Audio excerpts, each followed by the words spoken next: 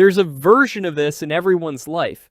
For some of us, it's a video game. For some of us, it's rewatching the same show for the 15th time. For some of us, it's just going quiet for a week and not really telling anyone why.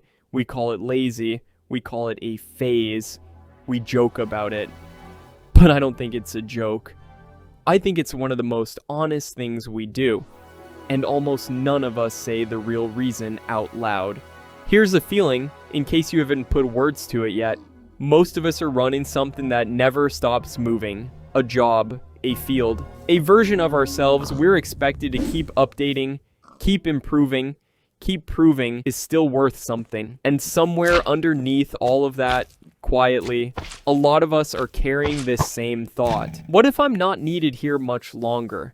Not in a dramatic, world-ending way. Just a low hum. A background worry that whatever we spent years getting good at might get automated, outpaced, or replaced by someone or something that simply doesn't get tired the way we do. We don't say this out loud very often. It sounds ungrateful. It sounds dramatic. It sounds like complaining about a life we're supposedly lucky to have.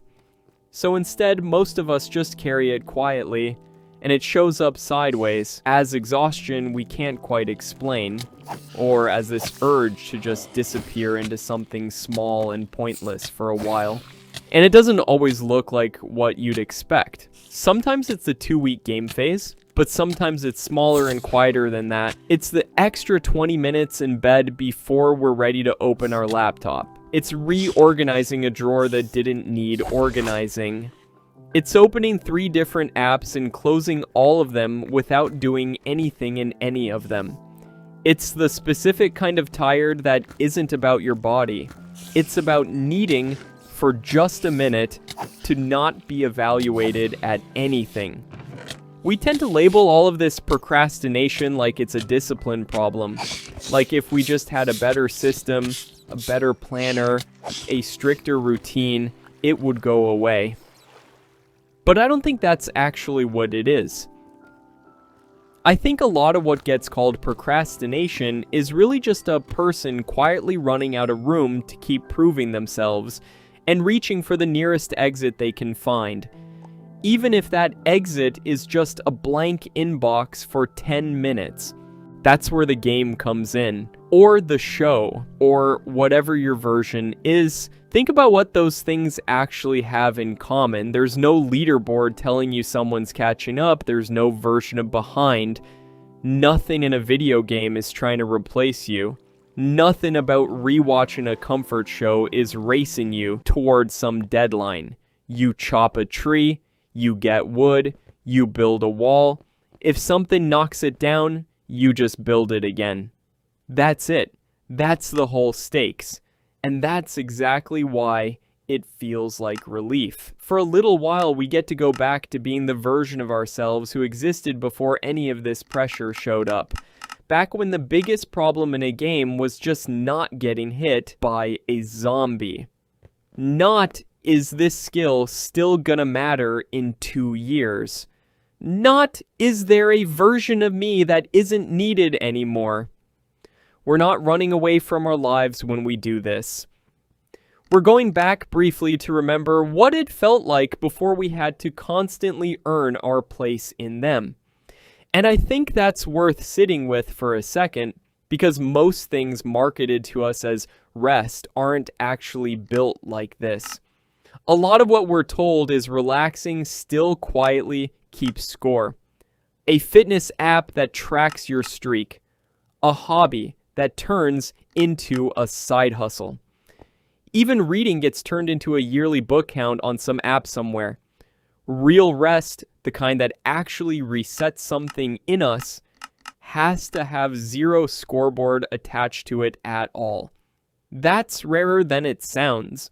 I want to slow down here, because I think this is the actual point. There's a specific kind of tired that comes from feeling like you're competing with something that never rests and keeps getting better whether you do or not. For some of us, that's AI. For some of us, it's a faster industry. a younger competitor, a world that just moves quicker than we can keep up with some days. The name of the thing changes person to person. The feeling underneath it doesn't. And here's what a lot of us get wrong about it.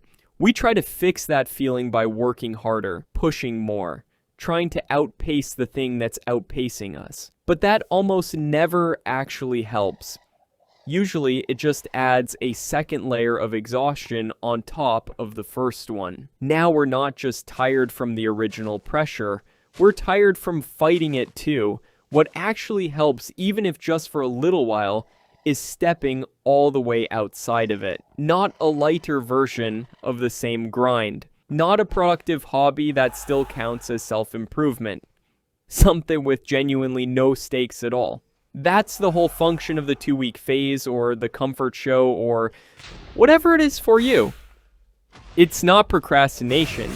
It's the only place some of us get to put the weight down completely. Even once we understand why we're doing this, a lot of us still feel guilty about it in the moment. And I think that guilt comes from somewhere specific. We live inside a culture that's decided rest has to be earned. That you're only allowed to stop once you've proven you deserve to. So when we take that 2-week phase or that quiet week, some part of us is doing math in the background. How far behind am I falling? What am I going to have to catch up on? Is this actually okay? That math almost never lets us actually enjoy the rest we're taking. We're resting with one eye on the door the whole time. But think about how strange that actually is when you say it out loud. We don't ask people to earn their sleep every night before they're allowed to have it.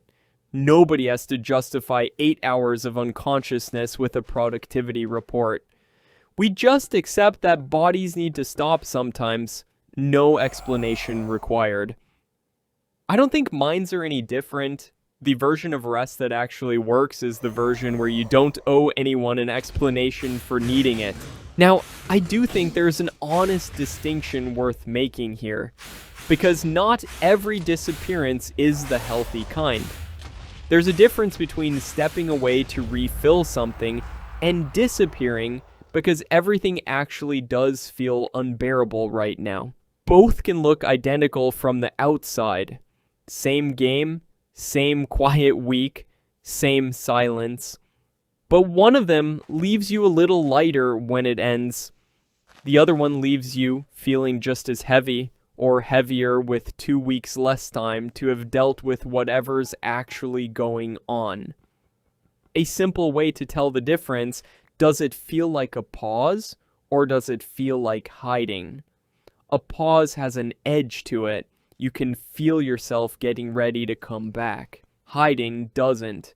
Hiding just keeps extending itself because the thing underneath it never actually got any lighter. If what you're feeling is closer to the second one, if it's less, I need a break, and more, I don't want to be here at all, that's worth taking seriously and worth talking to someone about, not just something to wait out alone. The 2-week phase this video is about is the kind that restores you. If yours doesn't feel like that anymore, that's important information, not something to push past. For the version of this that is just healthy rest, though, a lot of us feel a little embarrassed about it if we're honest. Like a grown adult disappearing into a block building game or rewatching a sitcom for the 10th time is something to hide rather than something to talk about. But I don't think it's a weakness at all. I think it's maintenance. Nobody feels guilty about sleeping. This isn't that different. It's the emotional version of rest. The version where you're not trying to become anything, prove anything, or outperform anything. Just a person doing something small because it feels good, with absolutely no other justification required. So if you've got your own version of this, whatever it actually is, I don't think that means you're avoiding your life. I think it means some part of you is trying to remember there's a version of you that exists outside of being useful to anyone. And that part of you is right. So maybe the real question isn't, why do we do this? Maybe it's just, what's yours? The show, the game, the quiet week nobody hears about. Whatever it is, I don't think it needs a better excuse than it made me feel like a person again for a little while.